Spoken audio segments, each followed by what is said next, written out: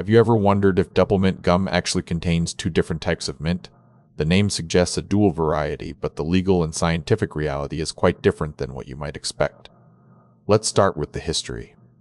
In 2004, the European Union Court of Justice made a landmark ruling that denied Wrigley's request for trademark status on the name Doublemints. The court found that the mark was too descriptive of the product itself. So, does it contain two mints? No. While the name implies two distinct varieties, the double actually refers to an intensified flavor experience rather than literally mixing two different types of peppermint oil. We can prove this with the science. Wrigley's Doublemint prides itself on a double-strength peppermint flavor. This means they use a higher concentration of a single potent flavor to create that initial strong, sweet burst you feel instantly. The marketing also played a unique role in the name's origin. Doublemint began to be marketed by identical twins in 1939, dressed in matching clothing.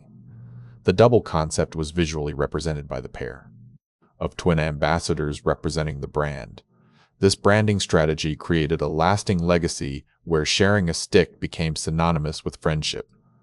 The classic flavor has remained consistent for generations, even though the packaging designs have evolved significantly over the decades.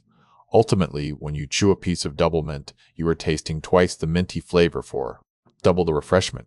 It is a single, powerful peppermint experience designed to make it easy to keep your cool. So now you know the secret behind the name. It's about intensity and history, not a botanical mix. Did you know about the twin marketing? Let me know in the comments if you've always wondered this.